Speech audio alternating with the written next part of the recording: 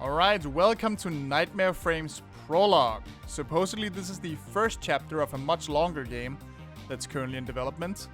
I like the title, I like this title screen, I like this music. This is already super cool in a ton of ways, so... New game, let's see what this is.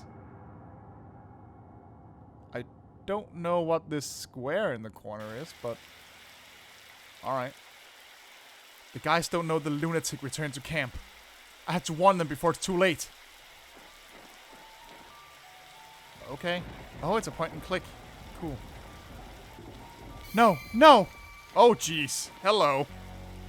Dana! Hank! Oh, God! Will! What have they done to you? I'm too late. Where's Tommy? Tommy! Tommy! I'm not sure looking for Tommy is a good idea, but... Sure, whatever. Oh, hello. Tommy! Stacy, run! Run away! Let him go, you monster! Get out of here! He'll come for you! I can't take it anymore! Oh, okay. That was straight out of Friday the 13th, Part 3. You've been suspecting it for a while. The climax of Lunatic 2 is identical to the one you wrote for the original movie. You go over the whole script in your mind and end up realizing it has the same structure as its predecessor. You can't show this to Christopher Ruskin. Oh, I'm a screenwriter? Melodies of Heaven. No wonder you put such little interest in the script for Lunatic 2. All your thoughts are focused on the ambitious project that will take you back. Oops. Okay, so back to Melodies of Heaven, I'm assuming. I accidentally skipped that. The script that earned you an Oscar nomination in 1980. Famous producer Peter Evans is butting heads with the studio execs to get the project greenlit. According to him, the deal is almost done, which means you're just one step away from leaving the B-movies pit you're in. He was meeting with the executives this morning. You have an appointment later today at his place, hopefully to celebrate. Well, okay. It's getting late. I should get moving. Hollywood, 1985. Alright. Up. Right click to look. And left click to interact. Okay, understood. Let's see. Staring at the poster for Melodies of Heaven, you've got the feeling that there's another reality in which some other Alan Goldberg, an Oscar winner, enjoys a successful career with the big studio system. I want my Friday the 13th, Alan, Christopher Ruskin told you. And that's what you did, apathetically penning a flagrant copy of Sean S. Cunningham's classic. However, the movie was Ruskin Productions' biggest success to date, and today it's considered a cult classic. Wait, in 1985, this is considered a cult classic? A movie that copied a 1980 movie? I feel like it takes a little longer for a movie to get that reputation, but sure. Does anybody know how Hollywood works? Because I definitely don't. The killer in President's Day Killer was a dangerous far-right madman who used a Jimmy Carter mask to stage a massacre at a Young Democrats convention. Since then, you have a reputation for being a reactionary, which confirms what you already knew. Horror fans are idiots. I mean, he's not wrong. 2 years ago, 3D horror movies made their comeback to Hollywood with titles such as Friday the 13th 3D, Amityville 3D, or Jaws 3D. Of course, Ruskin Productions wanted its fair share of the pie. They commissioned a new slasher full of gory scenes where the entrails of the victims would jump at the viewer.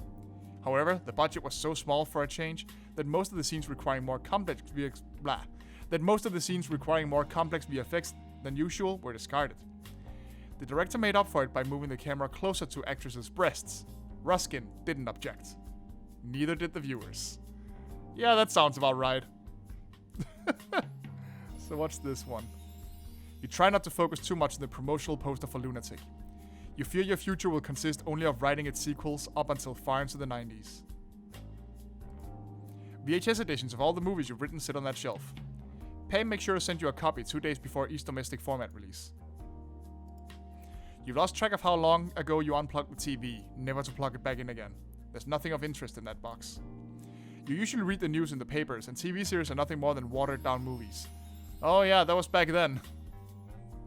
Nowadays, some people would say it's the opposite. Even if you don't consider your work in horror movies as worthy of any praise, other people do. You were awarded Best Script by the Fantasporto jury. Oops, once again, accidentally skipped. Lunatic cost a sensation at the Sitges Film Festival, and you won Best Screenwriter. That same year, you also collected awards in Avoriaz thanks to Lunatic. You didn't pick up a single one of them in person. You hate the crowds at those B-tier festivals. But there's something you hate even more. Being surrounded by fans of horror movies. Okay, look, I can understand not being happy that the thing you didn't care about is the thing that gets popular, but this guy's just coming across as an asshole now. 6 years have passed since you arrived at the Mecca of cinema. The first year was just as you had imagined. Dinners in luxury restaurants, non-stop handshakes with stars, and a walk down the Oscars red carpet to top it all off. But good things don't last forever. You've spent 5 years in what you call Hollywood hell. You wholeheartedly wish everything would go back to the way it used to be, and you still hope it will. But the wait is starting to feel like an eternity. I'm not saying everyone has to be a fan of particular genres of movies, of course, but there's a difference between not being quite happy with where you are and just being an asshole to other people for it. So pile up books on... Hold up. That's where you put your wallet. And to think you had it right under your nose when the Chinese food delivery guy refused, and rightly so, to give you your order. You look at the tray where the script for the last sequel of Ruskin Productions' most recent success lies, and wonder what happened. Your mind might have been somewhere else, or you may be agreeing with those who argue that the slasher genre has nothing more to say. It's your favorite big blue mug. It has always accompanied you when writing. So, can I take some of the stuff? Well,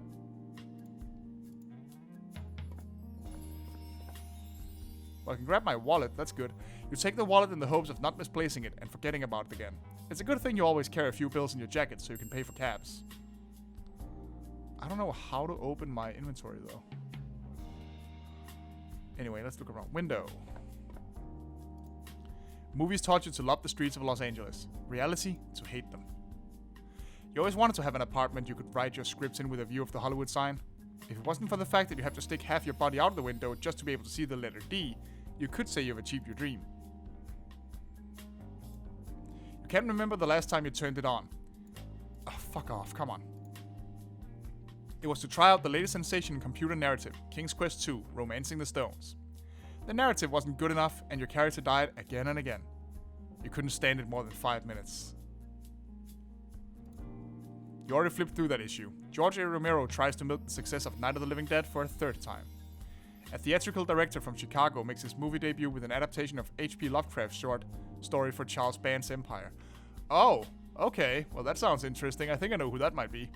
Lastly, an interview with Jenna Dreyfuss, the Scream Queen from Campfire Psycho, in which, among other things, she talks trash about you. You think you could show a couple of them to the police. In particular, the one that threatens to shoot you with a sniper rifle, and the one whose author thinks the best way of ending your life is planting a bomb in this very apartment. But you know they're probably written by some harmless, sit-ridden teenager too busy jerking off compulsively to an Eliza poster. Yeah, probably. That tends to be how it goes. Ever since you spoke out publicly against the character of Eliza from Eliza's Mansion of Horrors, you've been flooded with anonymous letters from her fans wishing you the most horrible of deaths. Unlike the people at Variety, somebody at Fangoria magazine thinks you should have a subscription. That's why it arrives promptly at your mailbox each month. Okay, it seems like I've basically exhausted exploring this apartment, so I'm gonna leave. There's a lot of flavor text in this, and it's really fun, actually. Oh, hello. Welcome to LA United Taxi. Where do you want to go? When you get in a taxi, the drivers will talk to you. You can disable this feature in the options menu. Why would I? Where should I go? Let's check out Ruskin Productions. Come on, gentlemen! Splash the cash! You could be helping this poor man right here with all that dough you scrimp hiring illegal aliens to take care of your lawns. Okay. What is this place? Good morning, LA! They lead to the building interior. The trash can is full to the brim. Jack probably took whatever was useful there. Dave Morrison, the marketing officer for Phantasm Cycles, reads with bewilderment that Route 66 is not a part of the US numbered highway system anymore. Part of his new campaign is based on the relevance of that historical route. The one on the right is Frank Rooker from Berkeley, Rooker & Jones, whose offices are in the 8th floor. The one on the left is one of their youngest and most promising lawyers, Jack Jordan. Or Stephen Hartnett. You don't know. All those young lawyers with their slick back hair look the same to you. I'm sure they do. There are a lot of taxis around here. It won't be difficult to hop on one. Alright, let's talk to this guy. He seems interesting. Well, well! You're here to insult me again? What? Again with that? What is this, your way of saying hello? You told me your career was going downhill so hard that you would rather jump off the 6th Street viaduct than end up like me.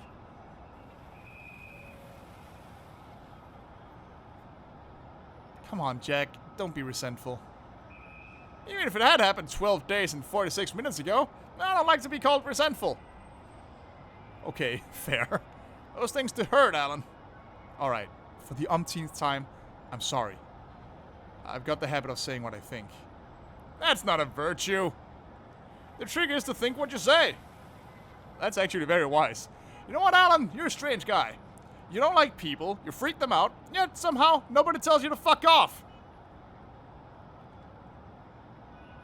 Anyway, how's it going? Awful. Glad to see you haven't lost that optimism you're known for. So, how's the day going? Nothing yet, but I've just gotten started. They showed one of your movies yesterday. Which one? The one with the fucking spiders or the one with the fucking ants? Spiders.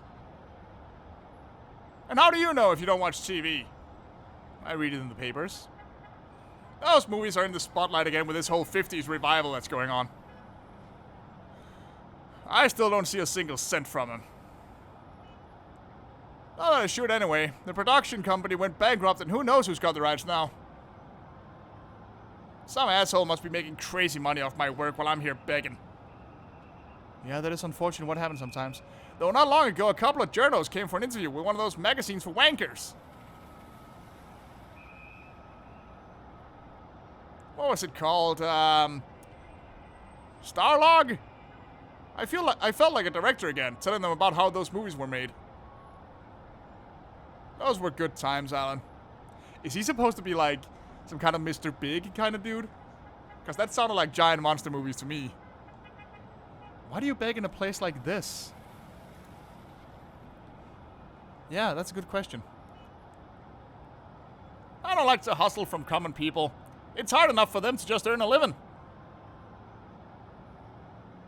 But here, look at all these yuppies. Look at their hands. They're perfect. Most of them waste so much money in manicure. They do fuck all. They earn all their money through speculation. If I've got to fleece someone, I'd rather it be them. Wow, I love this guy immediately. These people are not the kind to give handouts, Jack. They don't even see you. That's what you think? Check this out. You all cheer for USA, for Africa, and all those singers going, "We are the world." But fuck those of us standing right here. Oh, okay, that worked apparently. Hypocrites! There, mister. Now that's yours, try not to waste it on booze. I waste it on cocaine like you do, but I don't think I'll be able to afford it. Damn. This guy rules. $5. I've made my day. See?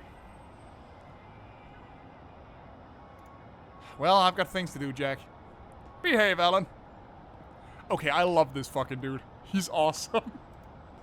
You don't need any lawyers, unless you get yourself in a mess. You won't be in the mood for chit-chat right now. So I guess I'm just going in. This is cool. I'm really liking this so far. Hello. Alan! I never thought I'd say this, but I'm glad to see you. Well, fuck you too, then. Again, James? We've got a little debate here. You're the most educated of all of us, so lend me a hand. Pam is saying that the Church of Mother Earth is a cult. It is. Oh, come on, not you too. You should stop by one day, Alan. As a guest, of course. We have exercises to improve one's mood and see life from a different perspective. I'd rather throw myself out that window. You're wasting your time, friend. How about you, Pam? Are you in? I don't get paid enough to put up with this. What are these movies? For some reason you can't seem to grasp, Ruskin is proud of the first movies he produced, and that's why he placed the posters in the entrance of the production company. The first movie produced by Ruskin was House by the Graveyard in 1981, a C movie indebted to Italian horror cinema, with an aesthetic closer to the 70s than to the decades it was shot in. The Neighbor was a boring movie about a girl who thought her neighbor was a vampire. Fright Night. Lately, Ruskin has been thinking of suing Tom Holland and Columbia Pictures over the suspicious similarities between his film and the recent Fright Night. Okay, maybe I should read the whole thing before I snark. Christopher boasts about the originality of the movie, but you know it's nothing more than a Rear Window ripoff. What's this one?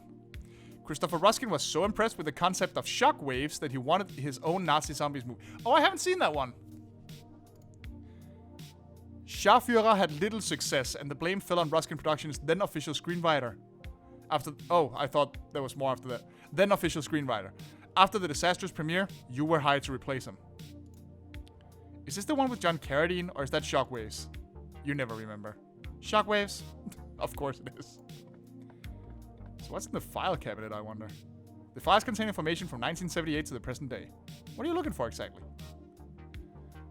Okay. So let's talk to Pam and the other guy. How's the script going? Okay. I need to touch a couple things up. Problems with the third act, right? How do you know? I've been working with you for a long time, honey. When everything's going well, you just say one word. When you try to explain yourself, it means something is wrong. The treatment already showed that you weren't too sure about the third act. But don't worry. We begin shooting next month. There's still time. She seems nice. Pam Lawrence is Christopher Ruskin's right hand. Without her, the company would be a shadow of what it is now. There are times she feels she knows more about everything that's going on in the company than her own boss, so she's the one to go to first when any issues comes up. Yeah, that sounds about right too. Pam brought me up to speed. Lunatic 2, huh? Wow, you must be happy. Oh yeah, I can't stop jumping for joy. Are you crazy? Everyone's talking about the movie. It's a success so far. I even heard rumors over at Warner. Rumors?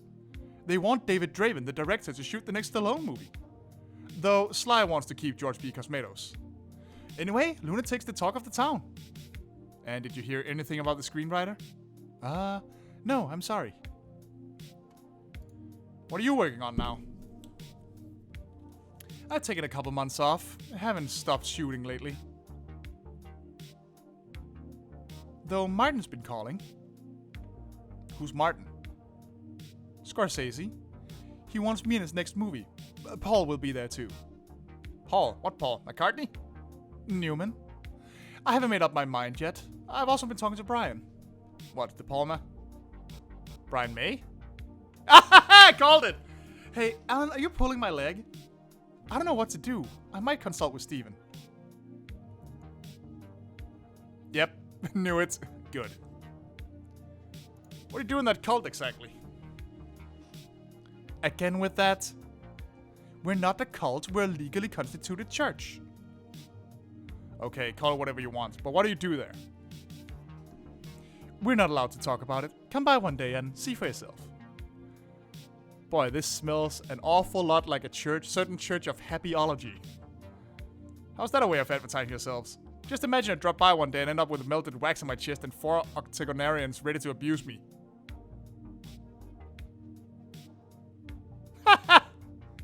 Hilarious. For your information, that would never happen. The teachings of the Church of Mother Earth are based on kindness and common good. Yeah, sure. Do you really think the Earth is a living being? Of course. What seems odd to me is for people as clever as you not to believe it. Mother Earth's always been sending signals, but we never paid attention until she chose Joseph as her intermediary. Uh-huh. Is that so? She speaks through him. Yes. Tells him what to do. Exactly. Let's drop the subject. I'm feeling insulted. Why? You're treating me like a 4-year-old. Alright, see ya. Think about it. What should I think about? Well, Pam, as we were saying. We were not saying anything. Do you do anything, or do you just hang around here all day? Yeah, fuck you, buddy. Christopher is not in his office right now. But this place is like your own home, so go ahead. I really like checking out all these posters, actually. You don't need them. You already have them at home. Don't Go to the Forest 3D and Campfire Psycho. Surprisingly for you, they were both a success. What's this one? You look at the posters for the movies you've written with the same indifference as a plumber looking at the faucet he's about to fix. Though he may be proud of the work he's done. Yeah, this guy is just pompous, man. You're fed up of those posters. They're the same ones that are hanging at your place. Okay, excuse me. Revising your own scripts is already hard enough. You're not going to read other people's. You don't fancy a drink right now. Christopher always has expensive drinks at hand to liven up meetings and render possible investors defenseless. You take the bottle and hope Christopher won't miss it. Oh, hold on. How do I open an inventory?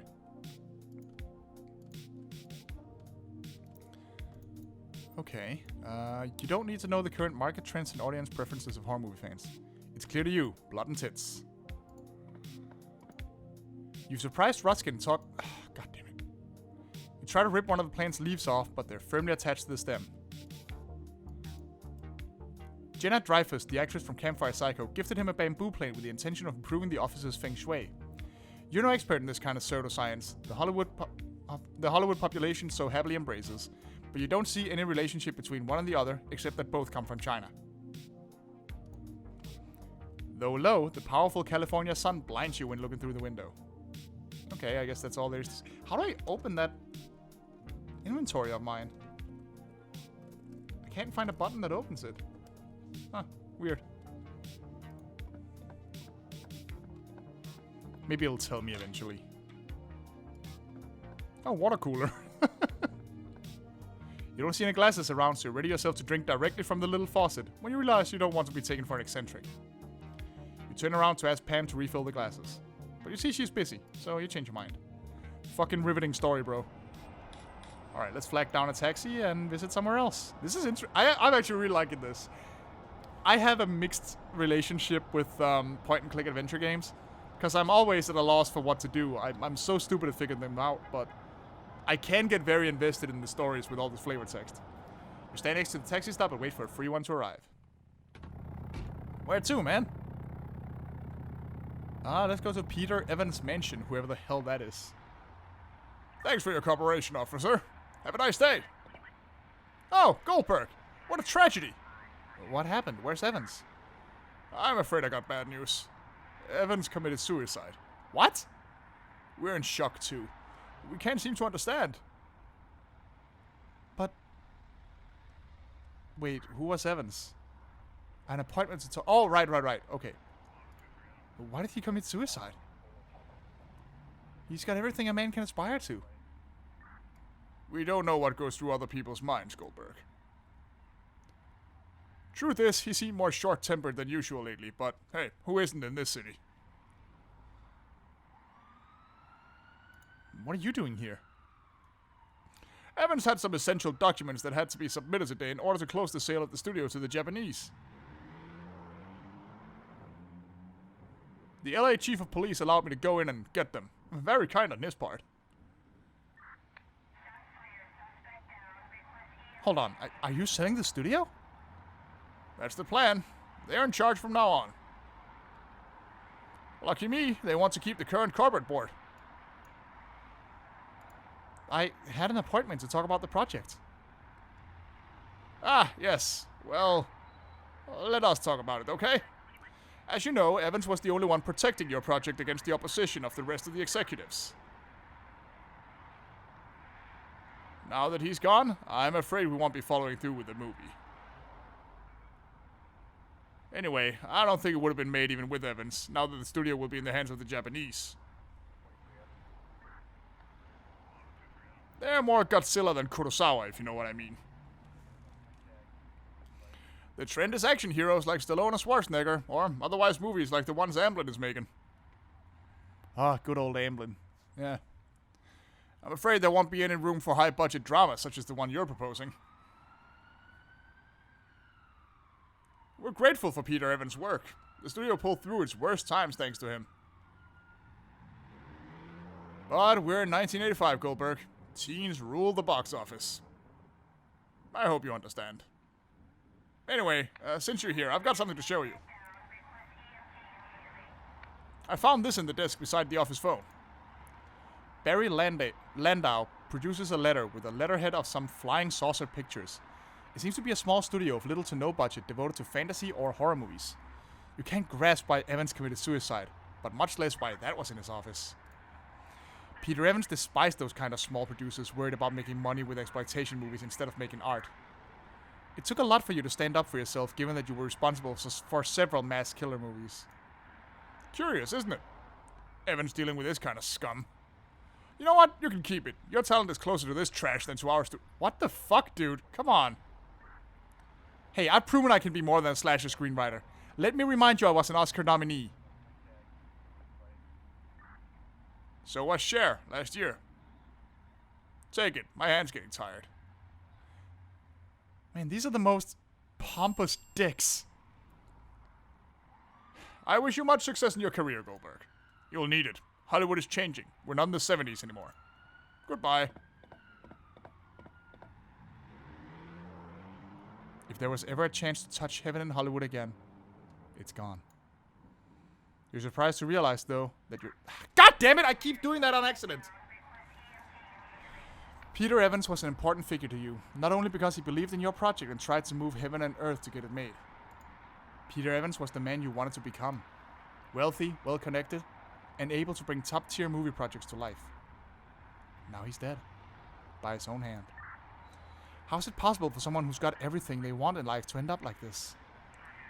You look at the letter Barry Landau just gave you. Dear Mr. Evans, I do know what you're talking about indeed. I thus beg you to handle this in person. You would surely understand this matter should be dealt with discreetly. Kind regards, Glenn Bishop. You marvel at Peter Evans' luxurious mansion and still can't come to terms with the fact. You can't understand either that what one of the most powerful executives in Hollywood could need from one of the most insignificant production companies in Los Angeles. Without the project that could put you back in the spotlight, with a script of a sequel that's going nowhere, and with no desire to make anything else, you decide to delve into why someone like Evans did what he did. Really? Okay. Officer? Sir? What happened there? Nothing good. That guy, the movie guy, blew his brains out. You need to have a pair for that, don't you think? Jesus, dude. Do you know if he left a suicide note? You watch a lot of movies, don't you? Actually, I write them. Well, more than 90% of the people who commit suicide don't leave any notes. It's a myth. Well, still, did he leave one? Why are you asking all these questions? Are you a journalist? No, I'm a screenwriter. I already told you. Have you written something I may have watched? Does Melodies of Heaven ring any bells? Are you kidding? You wrote that movie? You unconsciously smile with pride. What a bore! I mean, Mary, my wife, made me go watch it with her. I fell asleep. That's my review. It's okay. She liked it, though. I shouldn't be talking about this with you, you know. It's strictly police business. But to hell with that if I can tell Mary I've been talking to the writer of Melodies of Heaven. We're having some communication issues lately. Can that be because you're a dick? This is where we'll have something to talk about. As for the note, no, he didn't leave one. Anything else you want to know? Was it really a suicide? Mm-hmm. You mean whether someone murdered him and made it pass for suicide, right? I can see your screenwriter mind at work. I'm afraid to disappoint you. Everything seems to suggest otherwise. No doors or windows forced, and according to my colleagues, the position in which he was holding the rifle seems natural. Can I go in? Of course not! So why did you allow Barry Landau inside? Your friend? The one who just left? He's not my friend. Yeah, I saw he was glad to get rid of you. Orders from above. He seems to have a good relationship with the boss. Is that legal? Letting a civilian into a crime scene? No way. He could alter it. Even take vital evidence. Like he just did with that letter he gave you. He has, right under your nose. He took some papers. And I'll file a complaint. Don't worry about that. You could have denied him entry. I just told you. Orders from above. I'll file a complaint. Hey, how about we stop going in circles here? I'm aware the situation is anomalous, okay? So what are you guarding exactly? The crime scene. I thought you left once the place is sealed. Well, soon everyone will know Big Fish from the movies blew his brains out, and this will be written with journos. I don't know if you know them, but they're capable of jumping over the fence to snap a picture. I don't like the idea of standing here like one of those living statues on Sunset Boulevard. My thing is patrolling, but, orders from above. Well, I'm leaving. Have a good day, sir.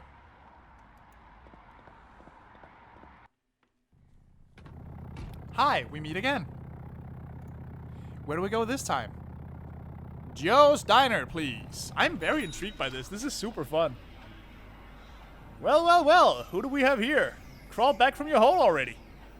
I see you're still in yours. Hey, Joe. Doesn't this place have an admittance policy? Want to kick him out, Vicky? Oh, geez. What happened here? Joe replaces the arcade machine often, so kids keep coming to discover new games and blowing their weekly allowance on it. It's coin-operated, and I don't have a coin. Sometimes you have a slice of that pie with your coffee, but today you have already met your caffeine quota, so I don't feel like having any. A good sample of the American diet: ultra-processed meat, fries saturated with sunflower oil, and hefty milkshakes made from artificial powders and flavors. Joe doesn't consider you famous enough to take a pic with you. Joe proudly shows off his photos with celebrities who either walked in by mistake or needed a toilet urgently. A kid happily enjoys Joe's Diner's new burger. Mac Paulin is a freelance journalist specialized in TV critique. He feels so at home in this place that he practically uses it as his office. Joe doesn't object. Mac leaves an average of $10 a day. I mean, that's a valuable customer right there. How's it going, Mac? Wow, you're alive. I thought they were about to knock your door down and find you devoured by the cat. I don't have a cat. I hate them. Though it'd be a good end for me. Feeling optimistic today, are we? I'm glad to see you, friend. What can I help you with? What are you writing? A review of the new Twilight Zone. Oh, right, there was an 80s Twilight Zone. I already know your answer, but I know a couple of guys in the CBS who owe me some favors. Aren't you interested in writing an episode for the series? You want me to work in TV. I don't want to end my days being a TV writer. Come on, Alan. TV is changing. Even William Friedkin directed an episode. He did? I didn't know that. And maybe in the future you'll have more freedom writing for TV than for the movies. Oh boy, indeed. I know practically everyone in the job. You could shine there. I appreciate it, but unfortunately I'm a huge snobby asshole dick bastard who's too proud to make money. Mag knows people, wordmonger. Maybe if you worked at TV, you wouldn't complain so much. Oh, shut up. I see somebody's happy to see me. Why wouldn't I? Oh, you mean Joe. He thinks highly of you, but you know him. Ah, you're referring to Vicky. Yeah, I'm not meddling in other couples' affairs. We're not a couple. You'd be if you weren't so... Bah, I already said it. I'm not meddling in other couples' affairs. Well, carry on with your thing. You don't know any of the bands in there, but they're very popular with the kids. You have no idea who the Bangles are. Duran Duran sounds like a character from Barbarella. And you think the Cars is the worst possible name for a rock band. That damn channel which broadcasts video clips without any interruptions 24 hours a day. It's so popular that studios are starting to hire music video directors to, in your opinion, deal cinema its final death blow. God, this guy. Fuck him. Hey, wordmonger, nothing for you here. Alright, let's talk to Vicky for a bit. What was that all about? I don't know what you're talking about. The dumb thing you said, I once again accidentally skipped. Don't you have anything else to say? Good afternoon? Good? Oh, God. Don't you owe me an apology? A week ago, you were on a second date with Vicky, despite the disaster that was the previous one. And it was worse. You got drunk and started talking too much. You only remember getting up, lying down in a taxi, soaked in the wine Vicky probably threw at you before running away, and a strong pain in your cheek. So? In these moments, you wish you were at your typewriter, with all the time in the world to think of all the possible answers your characters might give. You try to choose the right words to tell Vicky, but this page will probably end up in the trash can. Anyway, let's drop the subject, okay? What did I say? Don't you remember? I hadn't felt so insulted in my whole life, Alan. But what on earth did I say? I won't repeat it. Hearing it once was enough. Keep it down, lovebirds. Aren't you going to tell me? It's not what you said, Alan. The problem is you said it again. Everything revolves around you, and you end up ruining what could have been a special night. You're not the man who came to Hollywood years ago. That's the past. You've still got a job, you make a living, and you're tasting success. What more do you want? Do you want to know what frustration looks like? I've spent 5 years in Hollywood and I haven't gotten any parts yet. I'm 35 and share an apartment with two 20-somethings who have barely been here for 2 months, and one's already been on Cheers and the other one's a regular in the Colbys. The Colbys? Yeah, I'm not familiar with that.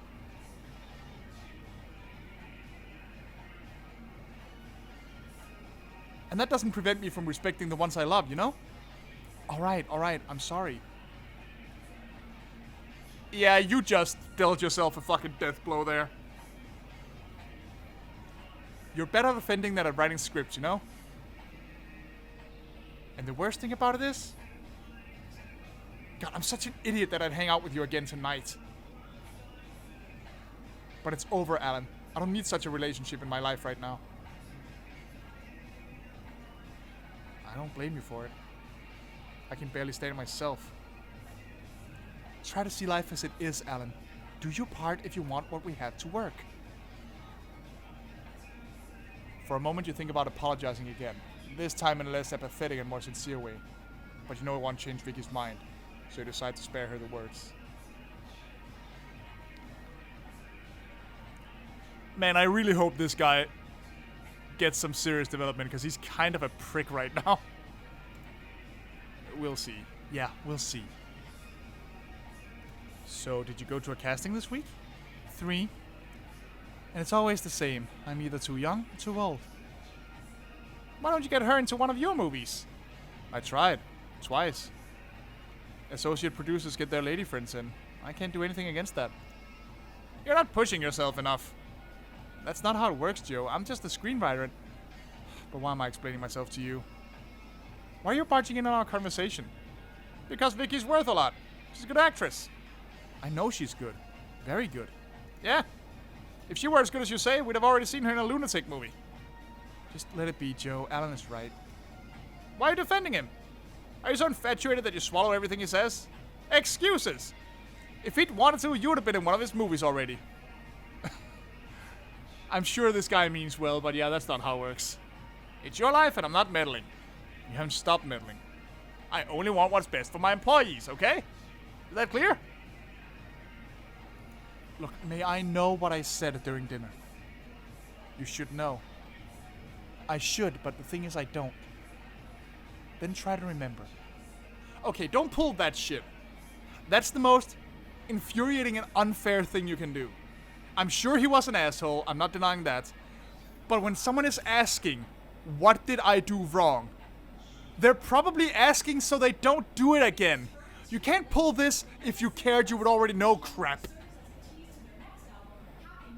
That's just not fair to anyone in that situation. So yeah, you know what? Fuck all of you. I'm out. How do I leave? You mind the cigar smoke? What the hell is Colin Mockery doing here? It's a Havana cigar. The only okay, sorry, didn't read that. Flying saucer pictures, I guess. That's where the plot supposedly happens. Where is my mouse? Oh, there it is. The guy on the right keeps talking while the other listens carefully. These guys are acting sketchy. Casually, you position yourselves to eavesdrop on them. You pay attention to their conversation. Embarrassed, you move away from them when you realize the man on the right is trying to convince the other one that Missing in Action 2 was shot before the first part, but premiered afterwards. Oh, is that all they were talking about? That's odd. According to the letterhead, the Flying Saucer Pictures officers should be here. Rummaging through the rubble won't help you rebuild the flying saucer pictures offices. Found a typo. If they were ever here. Oh, there's a pawn shop here. You can recognize a dealer from miles away, and this one in particular is not making any efforts to hide it. Hey, friend. I don't know what they told you, buddy, but I don't sell anything. Nobody's told me anything. I don't even know who you are and what you do for a living. Though, I can guess the latter. Oh, can you? What do you want, buddy? I'm looking for the Flying Saucer Pictures offices. Flying what? This is 451 Roadside Avenue, right? Dunno, I guess, man. I think there should be an office here instead of this rubble. Oh, yeah, fuck! The movies guy! What a fucking bastard. They say it was him who caused the building to collapse so he could collect the insurance money. A gas leak or something. The asshole could have blown up half the street. You gotta be a real son of a bitch to do something like that, huh? Well, do you know where I can find this guy? His name's Glenn Bishop. No idea, man. Hope you find him, but behind bars. That's his place. Okay, do you know anybody who could point me to Glenn Bishop? The owner of the pawn shop. But he's not there right now. I think he's testifying at the police station. A problem with some jewels or something. He left his cousin in charge of the shop. But he's kind of dumb. Don't waste your time with him. And that laundromat? Never seen one before? There's no one in charge. You go in, insert a coin, and wash your clothes. Clearly you have someone to do it for you. I think that's all. Okay, man. You don't need anything from Fred's pawn shop, but now you know where to find one in case you need it. Fred's pawn shop has a great stock of VCR stereo devices, Atari video game consoles, mixing consoles, and something else I didn't read. Most are stolen. That may be the reason the police often visits this establishment to clarify the source of its products. Let me see that again. Whoop. Car radio cassettes. Okay. Well, doesn't seem like there's much else to see here. Griffith Park. Given how the day's going, you wouldn't be surprised to end up there. You can see Griffith Park from here. There you can find Griffith Observatory, the Botanical Gardens, Greek Theater, and the Los Angeles Zoo. You've never been to those places. In fact, Los Angeles is still mostly an unknown city to you. Okay. Police station, I guess. Haven't I given you a ride before? I think you did. Site. What's... Oh, here. Okay. Hey, friend. Have you heard about Rock Hudson? Damn illness is killing all... Oh, Jesus. Oh my god! Well, it is 1985. I mean, there's nothing else I can do, right? Maybe Ruskin is back in his office. Who knows? What the... Neil Gordon. Neil Gordon is a horror movie enthusiast who manages, writes, and publishes a small... Fuck me. A small fanzine called Terrorzone. He thinks you are one of the best current horror screenwriters and he's dying to interview you. But ending up reading your words in a magazine made of loosely stapled photocopies doesn't match your concept of an interview. No, once again, that's because you're fucking head up your ass, thinking you have to be this major artist, dude. Oh man, I don't like this guy. I really hope he gets better. Alright, let's talk to Neil. I told you I wasn't going to grant you an interview, so you can leave the bench free for whoever needs it. Yeah, you were pretty clear last time, Mr. Goldberg. It's hard to forget. You were quite blunt. I'm not here for you. I'm trying to interview Christopher Ruskin. Couldn't you, no.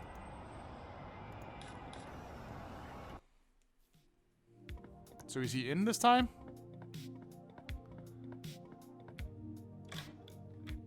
Oh, there he is. Alan! I've heard the news. What a shame, huh? Yeah, indeed. Does that mean your project, fucked up? Yeah. I don't want to sound callous in such a moment, but... this is good news for Ruskin Productions. Our Alan isn't going anywhere anytime soon. Man, fuck you! I don't have much of a choice. Oh, come on. Don't be like that. Do you know what I was staring at through the window when you got here? The city at your feet, right? Makes you feel powerful. You're impossible. Come here. Look towards the Sunset Strip. That billboard ad on the corner by Tower Records. What do you see? A brown and blue blot. Come on, Alan. What do you want me to see? The sun's reflecting off the window and I can't see a damn thing. It's the lunatic poster on Sunset Boulevard. Do you know what that means? We can afford it. We're making big money thanks to you. Do you know where I've been today? Surprise me. In a meeting with Toyner. They're releasing an action figure line of horror monsters. Oh, Toynek. And do you know who's going to be the star? The Lunatic! They're all along the same lines, Alan. Jason Voorhees, Michael Myers, Freddy Krueger. And thanks to the movie's success, they want your creation to be the star figure. Isn't it wonderful? A lunatic toy. Wonderful. Look, I know it's not the figurine you'd like to have in your hands, but we're on the way, Alan. We'll soon be able to afford higher budget movies, as well as other genres. The day will come when you can write anything you want, and I will gladly produce it. But the success of horror movies is what will allow us to make riskier things. It's easy to understand, isn't it? I'm sick of writing the same thing over and over, Christopher. Now that I can understand. That's about the one part of this guy I agree with. But you're very good at it. We've won awards thanks to you. And I'm not letting you go. And now, if you'll allow me, I'm going to keep admiring our future. Do you have a moment? Sure! First of all, how's the script going? Remember to do whatever you want with it. You know there won't be any sort of interference on my part. I trust you completely.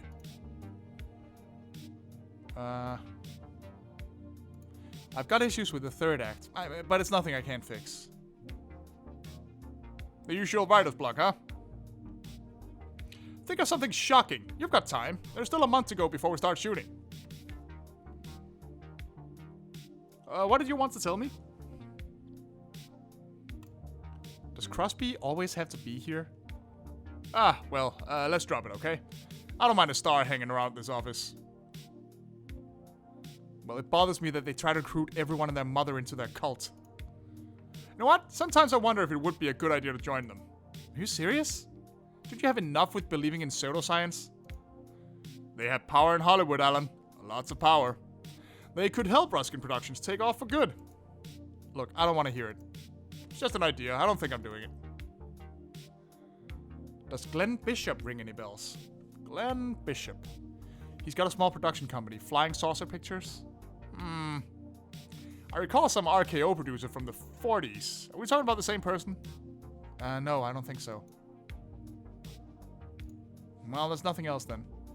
We're gonna strike it rich, Alan. What about the beggar guy outside? He's like an old movie guy. Maybe he knows the guy. Maybe he knows Glenn.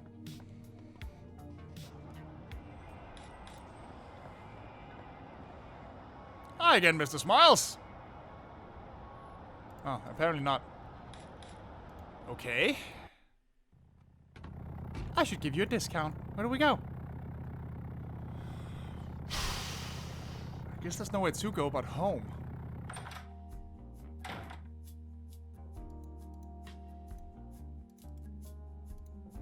Should I just sit down and keep writing? People always say that those mass psycho movies write themselves, and it's something you've always agreed with. But failing to write the sequel to Lunatic is making you change your mind. The best thing you can do now is go outside and forget about writing for the day. Where the fuck should I go, then? Okay, well, she has some new lines, so that's something. Any ideas about the third act? You never asked for advice in your scripts. That's interesting. What's the issue with the ending? Well, the confrontation is identical to the original. Everything happens on the docks. It's in exactly the same way. Let's see. We've got the Greer family, right? They have to do with the origins of the Lunatic. We said we'd leave that for the next sequel. Don't worry about that. Just place the action there. Reveal the origins of the character and move the climax to the barn. We'll come up with something for the next one. Bingo! Problem solved. But you're not going to get around to it today. Any messages for me? Well, a couple of Eliza fans called. Oh, did they? What the hell do they want?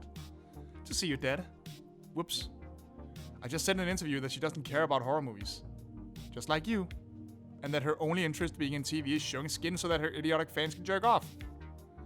Yeah, I remember that interview now. You foresaw a good career for her as a stripper if they cancelled her show. True. Always making friends. I'll go see if I can clear my mind. It'll do you good. Boy, this guy really is a dick. What about you? I checked out your fan sign. Oh yeah? I skimmed it before trashing it. Most kind of you. Judging by what I read, you do write quite well. Quite well. You've got talent, kid. Why do you waste it writing for those kind of movies? Do you want some advice? Take your writings and bring them to Variety or The Hollywood Reporter. You'll land a job. Okay, I think that was supposed to say magazines. But please get a haircut and wear something else. Don't go in there looking like that. You tell me what to dress, what to write about. Anything else? Yes. Take off those earrings. Are you going to wait here all day? It's my day off. When I see Mr. Ruskin come out, I'll try to get my interview. I hope he's nicer than you. What's your interest in Ruskin? I'm working on a special issue about new horror movie producers. Christopher Ruskin is one of them. Don't be mistaken. Ruskin's no more than a producer of exploitations. He doesn't give a damn about horror cinema. Think so? I work for him. If he gave a damn about horror movies, he wouldn't have you as a screenwriter. You ready yourself to answer with a conclusive, I'm not a horror movie screenwriter. But that's what you are. What? Nor would he give his new movies larger and larger budgets. Nor hire the best up-and-coming VFX technicians out there. He knows what he's doing. Good luck then. I hope Ruskin won't send you packing, which is what I'd do. I don't think so. Brian Usner didn't. Not Robert Shea, not Glenn Bishop, not Charles Band. Producers tend to be nicer than certain screenwriters. Hold on, did you say Glenn Bishop? Glenn Bishop, yeah. Do you know where I could find him? Are you serious? He makes video movies, very low budget ones. Well, if you want to waste your time, so be it, but I would keep working for Ruskin Productions. It's not that, I just want to talk to him about certain matters. I'll ask again, do you know where I can find him? And don't tell me Roadside Avenue. Nah, he's not there anymore. He had some problems with the gas leak. Or at least that's what he tried to convince me. There's rumors about him already having a new office when the disaster happened. So he's now... Let's make a deal. Intercede with Ruskin so that he grants me an interview, and I'll tell you. Tell me, and I'll talk to Ruskin. Do I look like a sucker to you? With your age, I guess so. How old are you, kid? 20. Do me that favor, Mr. Goldberg. Look, Ruskin won't grant an interview to a fan sign. This is my offer.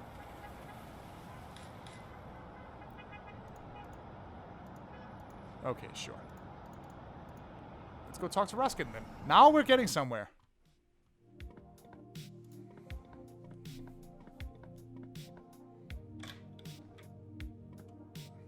Alan!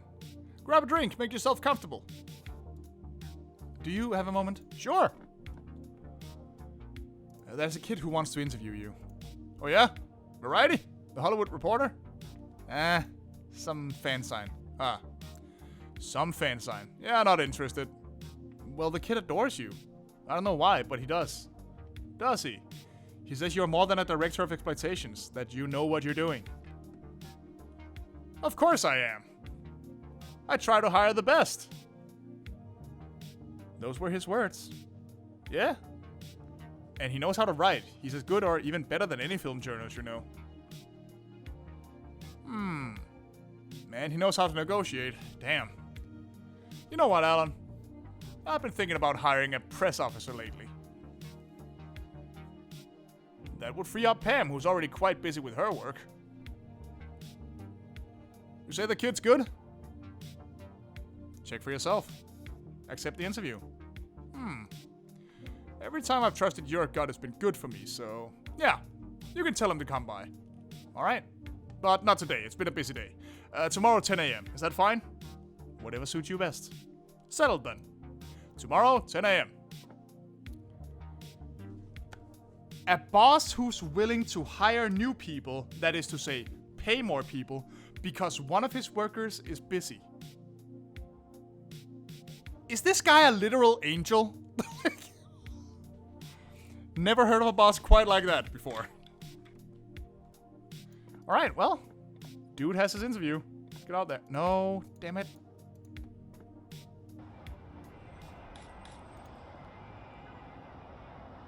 Well, Ruskin agrees to the interview.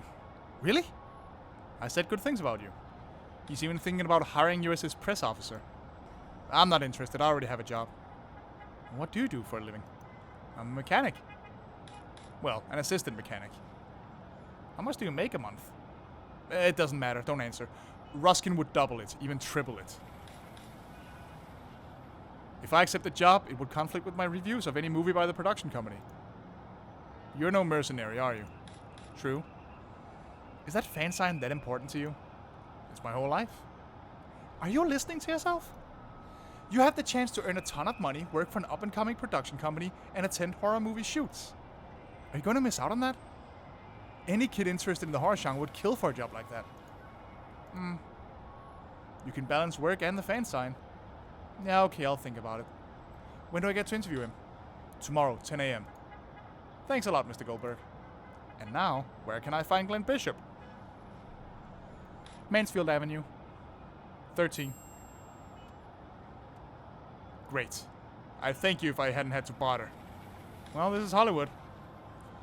I guess that justifies anything. Anyway, there's nothing else for me to do here.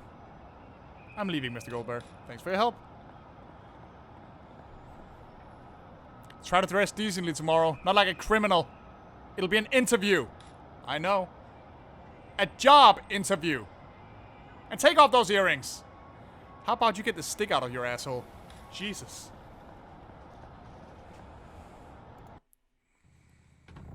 The Russians have a new president. You know what? I would fix the Cold War thing in a week. I'll explain. Oh my god. Just get me to Glenn's office, please. I don't give a damn if you did everything you could, Tony. Your job is to do the impossible. No. No! Where the hell am I going to find... One moment. Who the hell are you?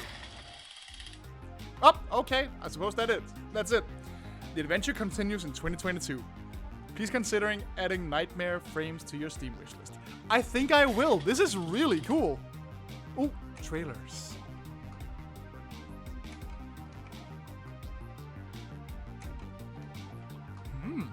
Definitely looks interesting. Loving Harry, 1 week in Greece. Oh man, an effects shop. Oh, this looks so cool. Yeah, I'm kind of vicariously living my dream of experiencing the world in 1985. Hollywood in general, really. I've never been. Yeah, this is awesome. I'm loving this. Yeah, this is definitely going on the wish list. Holy shit. So much fun. Protagonist is an asshole, but I'm sure that's the point. And that he'll hopefully get better about it. But, yeah. Thanks for watching. And I hope you'll stick around whenever this comes out and I play it. Because I'm pretty sure I will.